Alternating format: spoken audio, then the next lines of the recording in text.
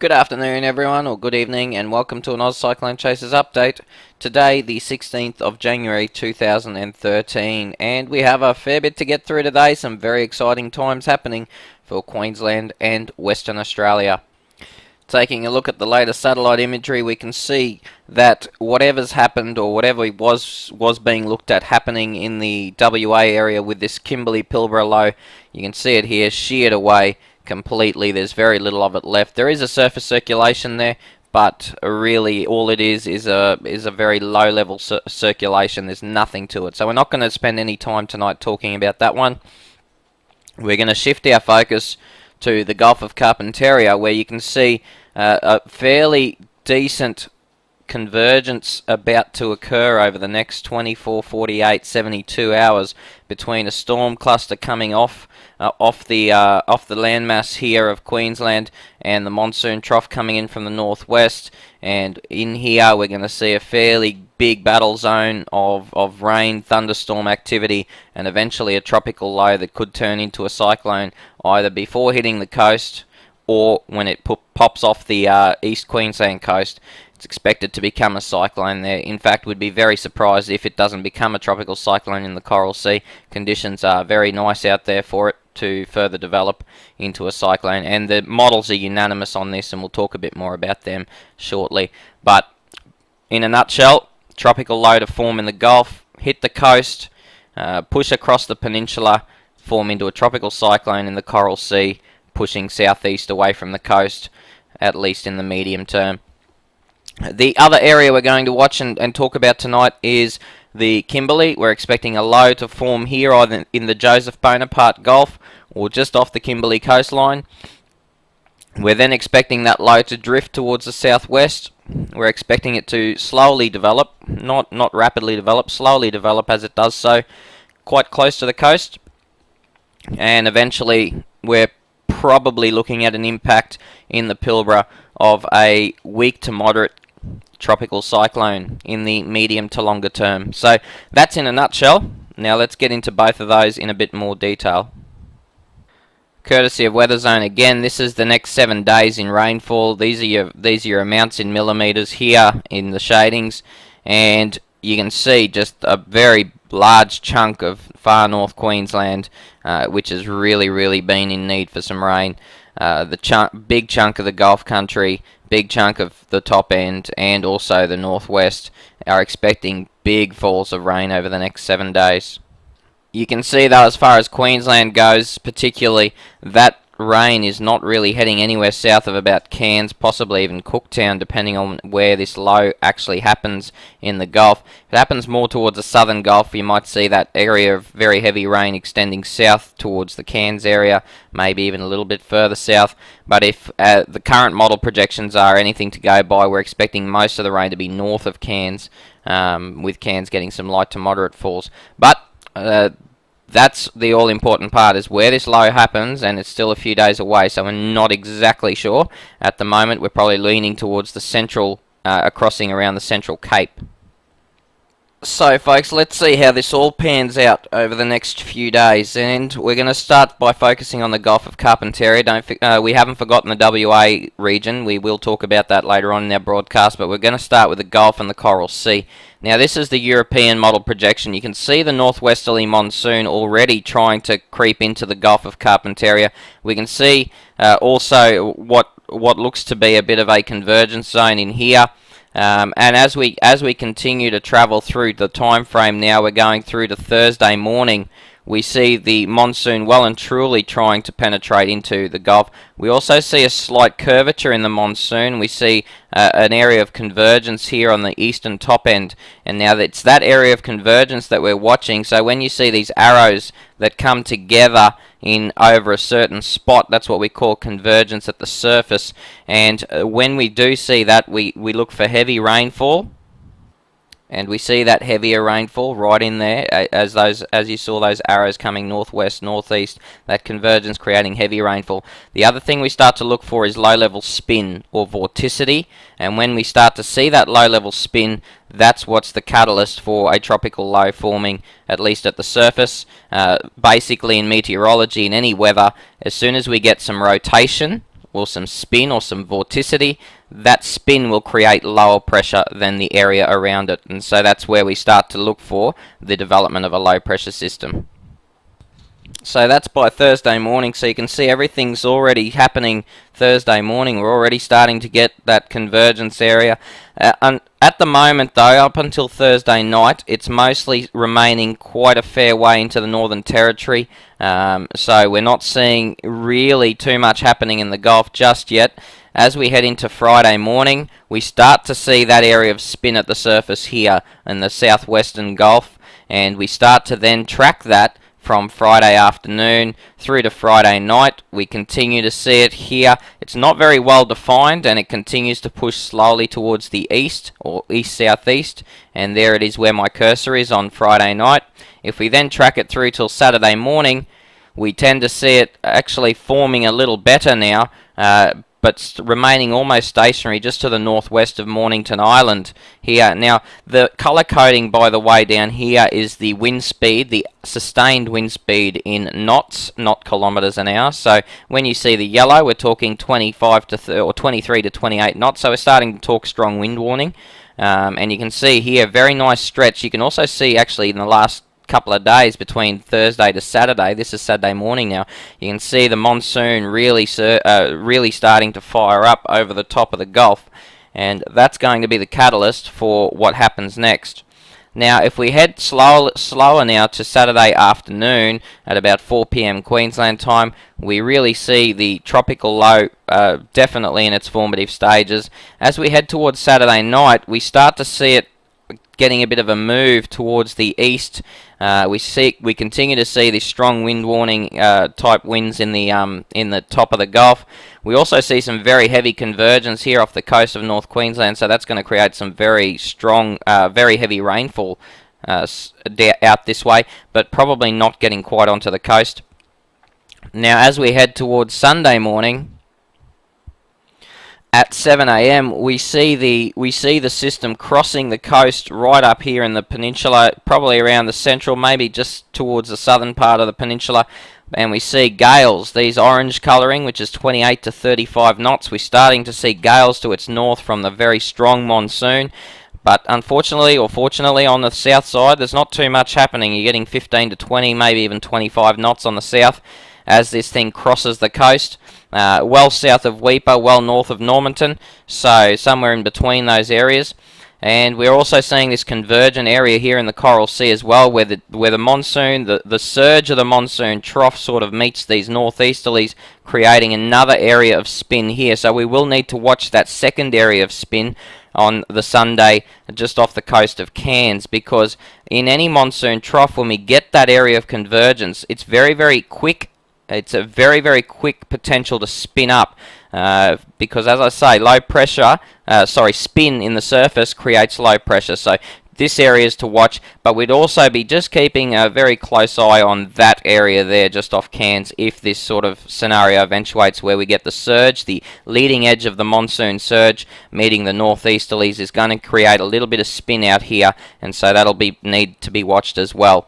Alright, now let's track this system as it pushes through the peninsula. This is Sunday morning, 7 a.m. Queensland time. And if we track it through now till Sunday night Queensland time, we continue to see it pushing eastwards. Basically, it'll end up crossing the coast somewhere around Cooktown on Monday morning, Monday 4 a.m. It's just now off the coast of around Cooktown, and you can see here huge monsoon surge here with the 30-35 knot gales to the north in the monsoon, but even starting to get some stronger winds in the south side now once it gets off the coast of Queensland. So it's just off the coast of Cooktown there as a tropical low on the Monday morning. So this is now Monday 10 a.m. and you start to see gales starting to wrap around, not quite in the centre, it looks a little bit elongated still, but you start to see gales pushing around the system on Monday, and by Monday night we see fairly rapid development of gales, or at least strong wind warning type winds, and starting to wrap a little tighter around the system throughout. And then we go through to Tuesday morning, and by Tuesday morning we're probably talking tropical cyclone at this rate. with gales wrapping around more than halfway of the system and close to it. Now, at this point in time, it's around about 300 kilometres off the coast and creating a lot of rain just off the coast. Now, if this moves as quickly as this model projects, we're not going to see too much in the way of heavy rain on the North Tropical coast, because it just won't have the time to build up those convergent bands, and those convergent bands will then push offshore very quickly. So not the best case scenario for those that want some rain, because it seems to be pushing off very quickly. Now, if we continue to track this through to Wednesday morning, we see it now, Category 1, no doubt about it, tropical cyclone in there, possibly getting up to Category 2 by Wednesday night. And so we see it continuing on a track towards the east-southeast away from the coast. Similar type scenario signalled by the Global Forecasting System model, where they have the tropical low actually hitting the coast on Friday night or Saturday, just sort of skirting the eastern peninsula, hitting the coast a little bit further to the north, more closer to Weipa, pushing off Princess Charlotte Bay. And interestingly here, the GFS model just holds off developing this into a cyclone a little bit, because it develops twin systems. Now, if you remember when we were talking about the European model, we were watching this area of convergence just off the coast of Cairns, and I said that convergence creates spin in the lower levels, and spin in the lower levels creates low pressure. Now, the models interpreted this as the development of a whole new low pressure system, so it'll be interesting to see how that spin, how that vorticity will affect the tropical low as it tries to push east across the Cape, and whether the EC scenario comes off where we don't actually see the low form itself, it's just more of a convergent banding, as opposed to the GFS, which seems to want to make that convergence into a tropical cyclone, or at least a tropical low. So you've got two low pressure centres, and the model just takes its time in actually forming one of these as the central low. And you can see here they sort of do a bit of a dance together on the Monday. So by Monday morning, the model's still not very clear on which one starts to win. But as we head through and we continue, we see that they now start to create one elongated low or tropical cyclone here on Tuesday. And by Tuesday morning, we do see a little bit more in the way of some type of one low pressure system developing, but still a fairly messy system according to the GFS, whereas the European wants to make it into a much tighter circulation. And eventually the GFS comes on board, and by about Wednesday, Thursday, we start to see Category 1, Category 2 cyclones sitting off the coast of Cairns, once again around about that 300 to 500 kilometre mark, similar to the EC. GFS also has it pushing towards the southeast. However, in the longer term, it has it doing some pretty crazy things, and then, coming back towards the west and then pushing back towards the southeast. So look, that's way too long term for us. We're not gonna care about looking that far ahead. But suffice to say, we're going to see a lot of rain. We're going to see a tropical low. We might see it become a cyclone before it hits the coast. That's unlikely. There's about a 20% chance of that happening. There's about an 80% chance of it forming into a cyclone off the Queensland coast. But as I say, there's just as high a chance of it actually pushing southeast. So we're very confident that it's going to form, but we're also very confident that it's going to push away from the coast, at least for the first couple of days. Now, what might happen later, it's too speculative to suggest, but at least for the first few days after it forms, we do expect it to continue pushing east. Why do we do that? Let's have a look. Okay, so we're now looking at the upper level winds on Monday morning. Now, remember, by Monday morning, I'll just show you again where we expect the cyclone to be, or the low to be. Just off the coast here of Cooktown. And this is where the low is, or it's almost a cyclone at that stage, but not quite. But if we have a look at the upper level winds, we can see that the upper level winds are basically pushing west to east. And so if this system develops as quickly as the European model has it developing, there's almost zero doubt at this early stage even that it's going to push out towards the southeast. You can see here just on the edge of your screens, and if we take this magnification out a little bit, zoom it out, you can see here what we call an upper level trough is pushing northwards into the Coral Sea. It's creating upper level westerly winds, and even if we then if we then have a bit of a look in the mid-level, so let's say it's not quite forming as quickly as the European has it, it'll be guided more by what's happening in the mid-levels, and the mid-levels, which is about 3 kilometers up, are also going to be pushing it from northwest to southeast. So there's very little doubt, at least in the formative stages of this tropical low or cyclone, that it's going to push southeast. What it does later is there is a little bit of doubt later on in the forecast period, but at least for the next 5 to 7 days, we're looking at tropical low forming here, hitting the coast, pushing east, developing into a cyclone, pushing southeast or east-southeast in the early to mid part of its run. Following on from that, as I say, there'll be more videos with more updates on that later on. Alright folks, that's where we're going to leave the Coral Sea system, but very interesting times and some very heavy rainfall finally for the Cape York Peninsula, the Western Cape, even the parts of the top end, Darwin even looking at some fairly decent rain over the next week or so. The monsoon surging through, so yeah, good stuff happening for far north Queensland. Not much relief happening in sight for coastal parts of Queensland, at least south of Cairns. Unless, of course, that low pressure system hits a little bit further to the south, develops closer to Cairns. We'll see some more rainfall in the North Tropical Coast and Herbert Lower Burdekin. But as I say, at this stage, unlikely to happen. More likely to be in this region and pushing off around Cooktown. The further south it goes, the more chance for rainfall in more parts of the coast of Queensland. Alright, that's where we're leaving that one. We're going to talk about WA now. Alright folks, as we've just seen, the Queensland situation just happens and it just explodes. The WA situation is going to happen a little bit slower than that. So we're not looking at explosive development of an intense tropical cyclone or category 4 or 5 straight off the coast or anything like that. We're looking at just a general build-up of rotation at the surface, creating an area of low pressure near or inland of the coast, I should say, and that low then sort of drifting out offshore and forming into a tropical cyclone or a stronger low pressure system. So we're now looking at about 5 days in advance. We're looking through to Monday morning. Now, by Monday morning, Queensland's already got a cyclone or what looks to be a fairly strong low off the coast. You guys have got a bit of a circulation here where you're getting 15 to 20 knots to the north. But you know, it's definitely a defined circulation, but it is a very weak one, and it's inland, just inland of Derby at that point in time. And if we head through to Monday night and let's have a look at what happens, we see it just inland of the coast here. A very once again still fairly weak circulation, but it is there, and there's no doubting it's there. And I think that's the important part. If it has some sort of structure as it pushes off the coast, it's going to find some pretty good conditions for development.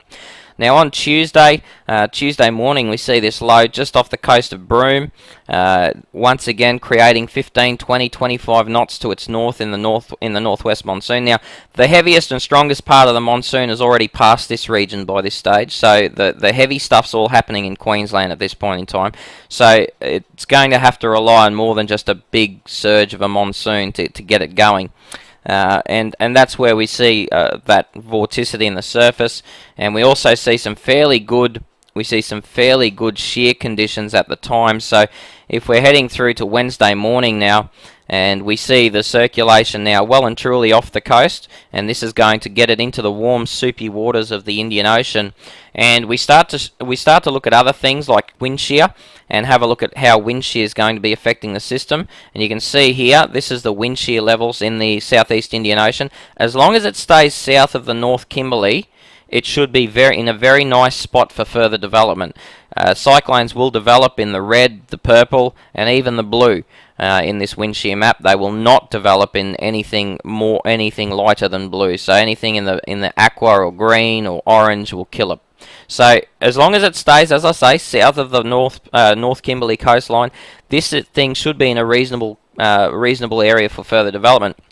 If we then overlay humidity, now cyclones don't just need no wind shear. They need a lot of moisture as well. And so we see just off the coast here of Broome at that time, we've got a lot of really nice moist conditions. So ready to hit this ready to hit this low. This low is ready to just bomb out. So sometime between Wednesday to next Saturday, we're expecting that low to develop into a cyclone.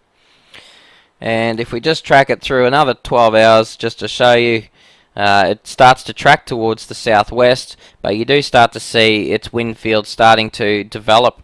Once it gets a little bit further off the coast, you're starting to see, if we zoom in a little bit to have a better look at that wind field, you can start to see there we're starting to get 23 to 28 knots there on its south side as well as its north side.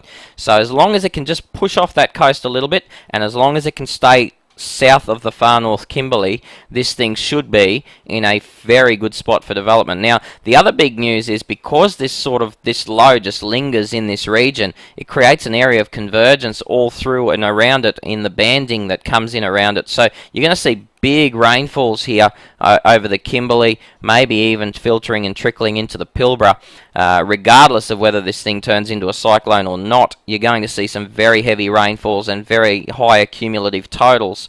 So it may create some road closures, may create some flooding in the region over the next, at least over the next 10 days or so. So I've shown you what the GFS and European model have to say about this particular system. Let's have a look at the UK Met. Now the UK Met has the low already in at the surface, already in the inland parts of the Pilbara, and we all see it basically moving very, very slowly and erratically until it finally hits or it gets very close to the coast on the 22nd of January. So we're still looking at this a long way away before it actually gets itself off the coast and does a bit of damage using the UK model. The UK model's still fairly keen on keeping it inland. But it's needless to say that if it follows this track, we're going to see a bucket load of rain all through this region. So once again, the rainfall prediction from the UK Met is very, very high. Okay, now let's have a look at some of the ensemble modelling and having a look at both the European and the GFS in the ensemble modelling. We can see a tropical cyclone here and a tropical low here on Tuesday morning. By Wednesday morning, we continue to see a tropical low here. The model not real keen on making that into a cyclone. We do see a little bit of variance in the European ensemble between the Coral Sea system, keeping it either here, just off the coast of Cairns, or pushing it rapidly away to the southeast. So that needs to be watched as well, because if it develops a little bit further to the east, we may see it rapidly push towards the southeast. If it develops a little closer to the coast, it may just sort of hug the coast for a little bit and drift towards the southeast a little slower. So by next Thursday, we're starting to look at a tropical cyclone here off the Pilbara coastline, and we're starting to see, as I say, that low pushing well offshore. Once it does push offshore, as I showed you, the conditions out here are going to be pretty good for its development. So by Thursday morning, we're starting to look at tropical cyclone development out here. We're also looking at tropical cyclone continuing here in the Coral Sea, but continuing to push southeast away from the Queensland coastline. On Friday, we're definitely looking at some tropical cyclone there, according to the Euro ensemble, and just off the Pilbara coastline, very close to the coast, this one. So it's not going to be in a rel where it just drifts out here and pushes harmlessly away, hundreds and hundreds of kilometres away. This one's sort of going to develop pretty close to the shoreline, and modelling still not quite sure, as to be expected this early, as to whether it's going to hit the coast or just skirt the coast. But this time, if it skirts the coast, it's going to be a lot closer to the coast. At this stage, no rapid explosion of development like we saw with the rel, but if it can push offshore here, there's nothing really holding it back. So it will need to be watched. This one here in the Coral Sea continuing to push southeast into the central Coral Sea now, not posing a threat to Queensland, and the modelling's pretty clear on that. And by next Saturday, the modelling suggesting that this thing's hit the Pilbara, and this thing in the Coral Sea is probably still pushing southeast, but there is starting to be a little bit of model disagreement at this far point in time. I mean, we're talking 10 days, people, so there's always going to be this huge amount of disagreement when we're talking tropical cyclone. But suffice to say that conditions may start changing in 10 days, and the system may push a little bit more towards the south rather than southeast at that point in time. But look, that far ahead. The other thing we'd like to note is that this far ahead, we're also looking at a next Gulf of Carpentaria tropical low, possibly forming around about Australia Day, just before it or just after it. So that's the next area we'll need to watch once the Pilbara and the Coral Sea system are out of the way. We need to start watching the Gulf of Carpentaria for a secondary area of development.